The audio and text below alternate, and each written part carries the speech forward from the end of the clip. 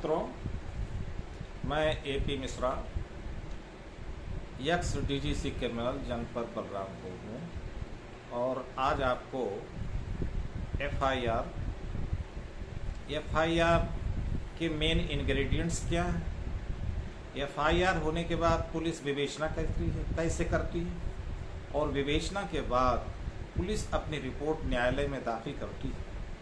इस पूरी प्रक्रिया के दौरान जितनी भी बातें हैं वो आज हम सरल भाषा में आपको बताना चाहता हूँ, क्योंकि एफआईआर और पुलिस की कार्यप्रणाली के बारे में जनमानस में सवाल पैदा होता रहता है और तरह तरह की बातें उठती रहती हैं।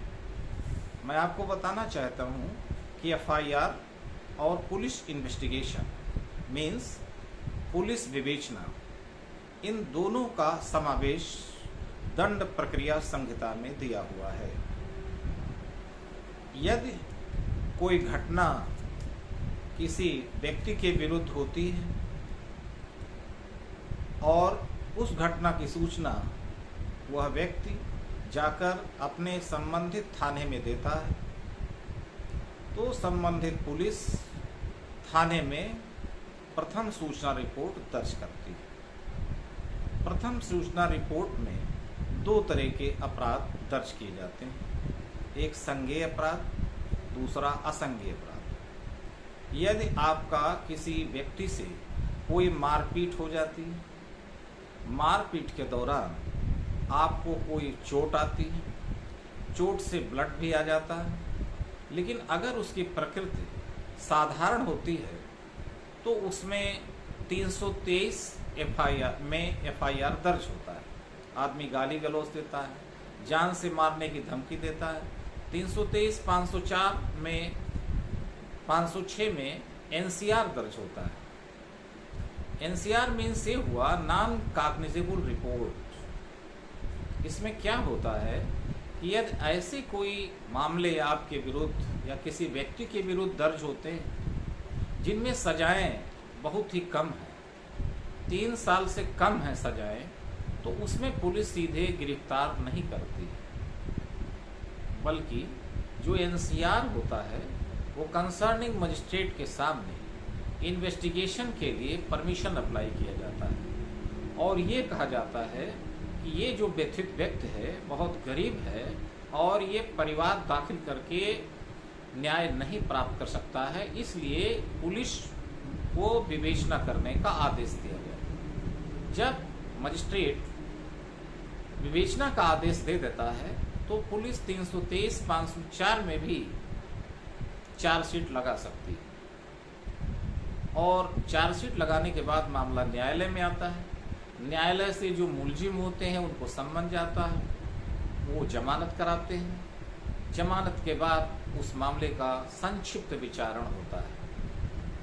इसी प्रकार से यदि कोई हीनियस क्राइम होता है, किसी व्यक्ति के विरुद्ध या किसी व्यक्ति को पीड़ित किया जाता है किसी अभियुक्त के द्वारा और उसमें हीनियस क्राइम हो जाता है, जैसे मर्डर हो जाता है, डकैती हो जाता है, रोड होल्डअप की घटना हो जाती है, तो ऐसे में प्राथमिकी संबंधित व्यक्ति द्वारा संबंधित थाने में जहां पर ये मामला घटित होता है वहां पर संज्ञेय अपराध की श्रेणी में दर्ज होता है।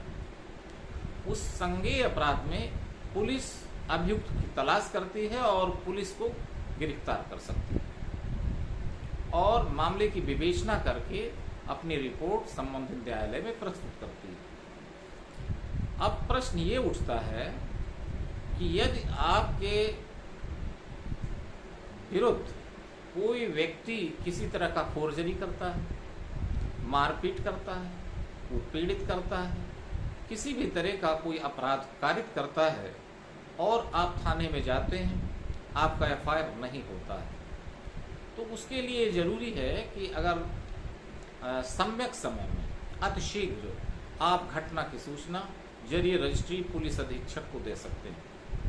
पुलिस अधीक्षक की एप्लीकेशन पे कोई कार्रवाई नहीं होती है तो आप सीधे संबंधित न्यायालय, वो थाना जिस मजिस्ट्रेट के जुडिक्शन में होता है, वहाँ पर जाकर धारा 156(3) में आप एफआईआर दर्ज कराने के लिए प्रार्थना पत्र दे सकते हैं।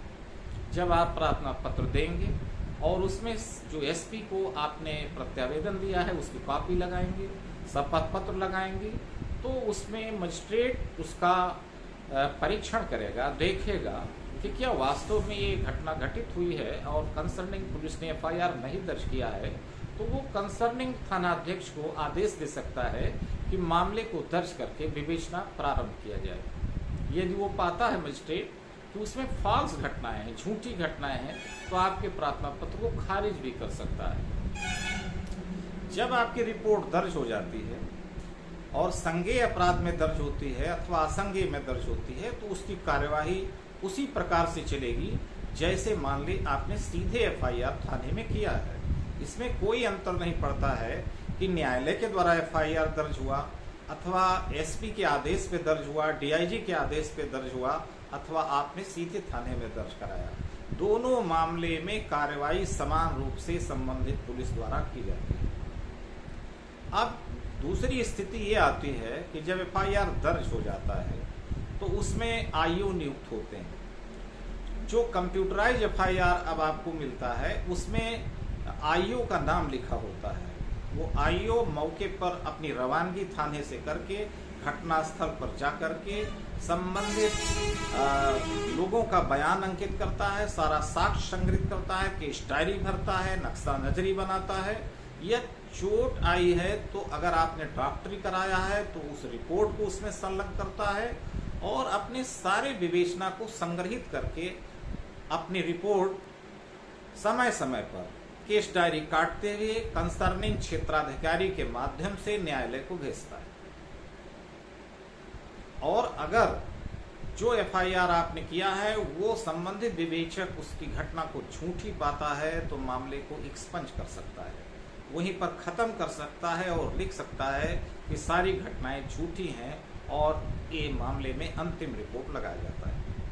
यदि अंतिम रिपोर्ट लगा दिया तो अब नए प्राविधान के अनुसार वो अंतिम रिपोर्ट भी कंसर्निंग मजिस्ट्रेट के यहाँ जमा होगा और जो व्यथित पक्षकार, जो इन्फॉर्मेंट है, जिसने मुकदमा दर्ज कराया है, उसको समझ जाएगा। वो आदमी आकर के बताएगा कि क्या हम इस कार्यवाही से संतुष्ट हैं अथवा नहीं, और क्या पुलिस ने जो विवेचना किया है, जो तथ्यात्मक मौकास्थलीय जांच किया है, वो सही है अथवा गलत है। यदि वो गलत समझता है तो अपनी प्रोटेस्ट एप्लीकेशन दे सकता है। वो न्यायालय प्रोटेस्ट एप्लीकेशन पाने के बाद अभियुक्त को सीधे जरिए समन, वारंट तलब कर सकता है और मामले का विचारण करता है। एनसीआर के मामले में संक्षिप्त प्रक्रिया मजिस्ट्रेट अपनाता है और उसमें बयान मुलजिम बनाए जाते हैं, साक्ष्य इकट्ठा किए जाते हैं, इसके बाद उसमें सजा दिए जाते हैं। तो ऐसे में एफआईआर के प्रति आपको सचेत रहना चाहिए। एक स्थिति और आपको बताना चाहते हैं कि मान लीजिए कि आपके साथ कोई घटना कोतवाली देहात बलरामपुर में होती है और यहाँ पे वो घटना होती है और वो मुलजिमान आपका पीछा करते करते जरवा थाने में जाकर के आपको मार देते हैं, आपकी हत्या हो जाती है। तो सीआरपीसी में जो प्राविधान दिया हुआ है वो ये है कि वो ऑप्शन आपके पास है या जो इन्फॉर्मेंट है उसके पास है, वो देहात बलरामपुर में भी मुकदमा दर्ज करा सकता है और जरवा में भी दर्ज करा सकता है। क्योंकि अंशतः जहाँ पे वाद या अपराध कारित किया जाता है वो अगर कई थाने में होता है तो ये विकल्प है कि वो किसी भी थाने में मुकदमा दर्ज कराएगा और उसकी विवेचना कंसोलिडेट करके, एकीकृत करके एक आयोग करेगा और साक्ष्य को इकट्ठा करेगा। लेकिन सबसे महत्वपूर्ण बात यह है कि अगर आप इन्फॉर्मेंट हैं, कोई एफआईआर दर्ज कराते हैं, तो आपको घटना के समर्थन में साक्ष्य देना पड़ेगा। साक्ष्य क्या होता है? सर्वप्रथम आपको यह बताना पड़ेगा कि यह घटना कहाँ पर हुई है, घटना के समय चश्मदीद गवाह कौन थे। विवेचक के सामने चश्मदीद गवाह का बयान लिया जाएगा। यद्यपि सीआरपीसी के प्रावधान में बयान के संबंध में कोई हस्ताक्षर नहीं लिए जाते हैं और वो जो बयान अफसर पुलिस लिख देता है वो न्यायालय में पढ़े जाते हैं और ग्राह्य होता है। वहाँ पे ये बाध्यता नहीं है कि जो बयान लिए जाएंगे उस पे हस्ताक्षर कराए जाएंगे। ये अलग बात है कि घटना की पुष्टि, विवेचना की पुष्टि के लिए शपथ पत्र आदि भी लगा दिए जा रहे हैं। लेकिन प्रथम दृष्टया शपथ पत्र अथवा बयान कलमबंद हो जिसपे गवाह का दस्तखत हो, ऐसी कोई अनिवार्यता विवेचक के पास नहीं होती है। एक चीज और महत्वपूर्ण है कि जो आपराधिक केसेस में जो एफआईआर की विवेचना जो आयोग करता है और विचारण मजिस्ट्रेट करता है, ये दोनों कार्य अत्यंत महत्वपूर्ण है। विवेचक की जो दायित्व हैं वो बहुत ही इम्पोर्टेंट हैं और दायित्व विवेचक की जो भूमिकाएं हैं वो भी बहुत ही महत्वपूर्ण है। अगर विवेचक एक कुशल पुलिस अफसर है, सीआरपीसी और एविडेंस के प्राविधानों को जानता है और मामले में कई विवेचना कर चुका है, विवेचना का अनुभव रखता है, तो वो अच्छा विवेचना करेगा। क्योंकि आज के समय में जो गवाहों के बयान लिखे जा रहे हैं, एफआईआर लिखे जा रहे हैं, वो सब कंप्यूटराइज किए जाते हैं। होता यही है कि जो विवेचना करता है वो विवेचना बैठ करके गवाहों का बयान लिखाता है, लेकिन इसके लिए अब ये अनिवार्य नहीं है कि विवेचक स्वयं बयान लिखाता हो। इससे तमाम तरह की लेखना, जब कोर्ट में सेशन ट्रायल या किसी तरह मजिस्ट्रेट ट्रायल होता है तो तमाम तरह के लेखना आ जाते हैं। लेकिन ये मेरा अनुभव है कि जो विवेचक पुराने समय में, आज के 10 साल पहले के थे, वो बहुत ही सक्षम विवेचक होते थे और बड़ी ही तन्मयता, बड़ी ही बुद्धिमत्ता के साथ विवेचना करते थे और विवेचना में कोई भी दबाव, राजनैतिक प्रभाव, उच्चाधिकारियों का हस्तक्षेप नहीं होता था। क्योंकि ये जो विवेचना होता है, जो साक्ष्य संग्रहित विवेचक करता है, वो सब संग्रहित होके ही चार्जशीट न्यायालय में जाते हैं और न्यायालय में ये सारे विचारण उन्हीं तथ्यगत साक्ष्य के आधार पर किए जाते हैं। अब परिस्थिति एक बात और आती है कि मान लीजिए कि आपने किसी के विरुद्ध एफआईआर कर दिया, 4 मुलजिम हैं और आपने कहा कि 4 लोगों ने मिलकर हत्या की है, और पुलिस का जो विवेचक है वो विवेचना करता है और ये पाता है कि ये 4 लोग जिसका नामजद किया गया है, इन्होंने हत्या नहीं किया है, अन्य व्यक्तियों ने हत्या किया है, तो उसको पूरा पावर है कि प्राथमिकी में दर्ज जो अभियुक्त हैं उसका नाम निकाल करके जो नए नाम है उनको शामिल कर देगा। यहाँ एक स्थिति और आ जाती है कि विवेचक यह डिसऑनेस्टी करता है, विवेचक के ऊपर अनुचित दबाव कहीं से पड़ता है, तो वो सही मुलजिमों को निकाल देता है, गलत मुलजिमों को भर देता, गलत मुलजिमों को निकाल के सही मुलजिमों को शामिल नहीं करता। ये विवेकाधिकार विवेचक पर है, जिसपे किसी कानून के द्वारा कोई पाबंदी नहीं लगा जा सकती है। ये कार्यवाही पूर्ण रूप से नैतिकता पर आधारित है और पुलिस अग्रसर होकर नैतिक रूप से आज तफ्तीश कर रही है। अगर पुलिस निष्क्रिय हो जाए, पुलिस ईमानदारी के साथ कार्य न करे, तो निश्चित रूप से बड़ी बड़ी घटनाएं लुप्त हो जाएंगी, उनको छिपा लिया जाएगा। ऐसे में पुलिस का कार्य प्रशंसनीय इस स्तर पर है कि वो बेहद प्रयास करके साक्ष्य को संग्रहित करते हैं और एविडेंस को कलेक्ट करते हैं। एक स्थिति और आती है कि मान लीजिए कि जिन मुलजिमों को ने अपराध कारित किया है, अथवा जो इन्फॉर्मेंट है वो कहता है कि ए मुलजिम ने हत्या किया है और पुलिस उसको अपने विवेचना में नहीं शामिल करती है, तो उसके लिए एक विकल्प और है कि जब न्यायालय पे ट्रायल होता है तो वो चार्ज फ्रेम के पहले, चार्ज फ्रेम के बाद धारा 319 में एक साधारण प्रार्थना पत्र अपने अधिवक्ता के माध्यम से दे सकता है और जिसमें परिस्थितियों का उल्लेख कर सकता है कि किन परिस्थितियों में सही मुलजिमों को छोड़ा गया है। तो वहां पर न्यायालय को ये पूरा पावर है कि धारा 319 में वो नए अभियुक्त को भी तलब करके उनका विचारण प्रारंभ कर सकती है और इसमें कोई अंतर नहीं पड़ेगा कि विवेचक ने विवेचना में उस मुलजिम को शामिल नहीं किया उसका और सीधे न्यायालय ने उसको तलब किया, वो दोनों अभियुक्तों का रोल जो होगा वो बराबर होगा। विचारण में भी उनको कोई बहुत लाभ इससे नहीं मिलेगा कि पुलिस ने मेरा नाम निकाल दिया है। चूंकि 319 में जब मुलजिम तलब हो जाते हैं तो अन्य जो मुलजिम पुलिस के द्वारा चार्जशीटेड हैं वो बराबर रूप से उनका जो एग्जामिन होता है, उनका ट्रायल होता है।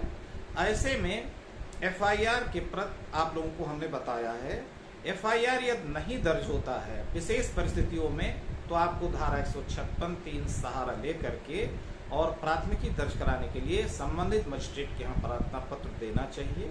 मुकदमे निश्चित रूप से दर्ज होंगे। ये इस समय एक आवश्यक आपको ये ध्यान रखना है कि वही मामले न्यायालय पर ले जाएं, वही मामले आप एसपी के पास ले जाएं, वही मामले आप थाने पर ले जाएं जो वास्तव में एक्चुअल हो, सही हो, वास्तविक हो। गलत घटना बनाएंगे तो गलत घटना को न्यायालय में साबित करने में बहुत दिक्कत होती है, एक लॉन्ग समय लगता है और जिसमें आपके तमाम धन खर्च हो जाते हैं, मुलजिम सजा नहीं पाते हैं। ऐसे में वास्तविक और सच्ची घटनाओं को एफआईआर करने से आप कदापि वंचित न हो। और आज भी भारत की जुडिशरी बहुत ही विश्वसनीय है, जहां पर सभी लोगों को न्याय मिलता है। न्याय के लिए सरकार की तरफ से अभियोजन की ओर से पैरवी के लिए निःशुल्क अधिवक्ता मिलते हैं, एपीओज मिलते हैं जो आपकी पैरवी करते हैं। और जो ऑफेंस होता है, जो अपराध होता है, वो किसी व्यक्ति के प्रति नहीं है बल्कि वो स्टेट के प्रति अपराध होता है। इसलिए उस अपराधी को सजा दिलाने का जो दायित्व है वो राज्य सरकार का है और राज्य सरकार पूरी निष्ठा के साथ अपराधी को दंडित करने की जो कार्यवाही कर रही है वो उचित एवं विधि संगत है। धन्यवाद।